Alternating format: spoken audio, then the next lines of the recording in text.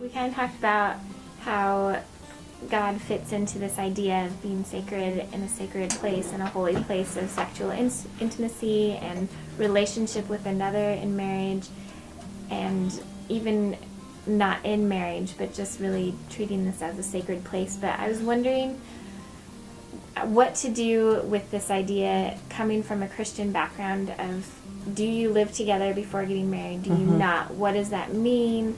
Why is it a taboo thing? Is it healthy? Is it helpful? Just what are general thoughts about doing that? Yeah. Living together is a hot topic.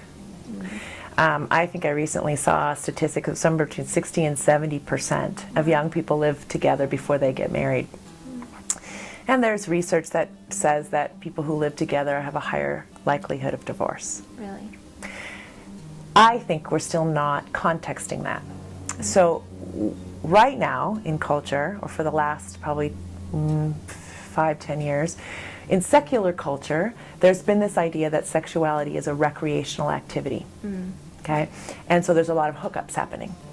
And if you hook up with somebody, and then you kind of find you kind of like each other, and then you start hanging out together, a lot of people will start moving in really quickly. Okay? So it's like dating has disappeared in secular culture around this kind of thing. Well, you could probably imagine what I would say if somebody moved in quickly. You didn't give yourself the time to really learn. You jumped into the relationship, you jumped into being sexual, and you jumped into sharing bills together and noticing what he does to the toothpaste bottle, or where he leaves his towel when he gets out of the shower. Those aren't always easy things to deal with, actually.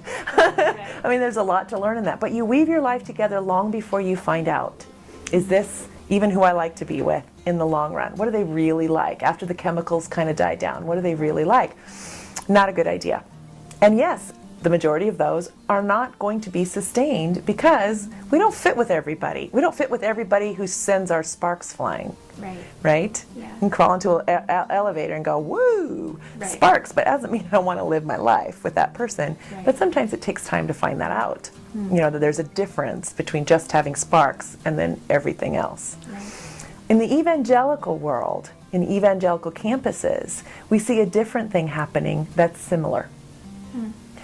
What's similar is kids are marrying quickly, moving in quickly, marrying quickly, okay?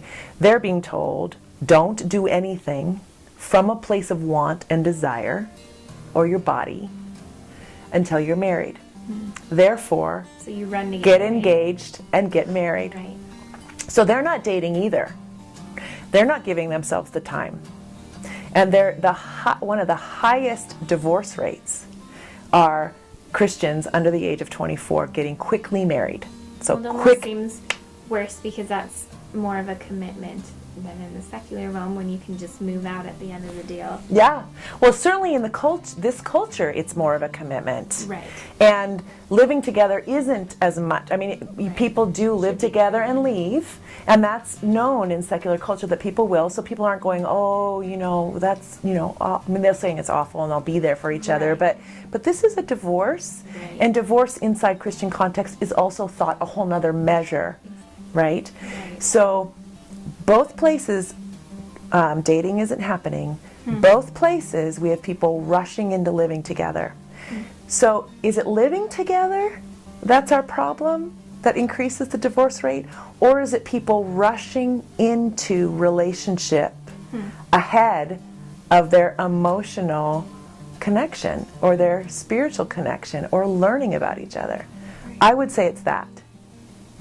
People who've known each other a long time, have a really good relationship, continue to feel desire and want to live a life with the other person, have spent a lot of time together, maybe are a year or more down the road, and continue to want to be companions, build a life with each other.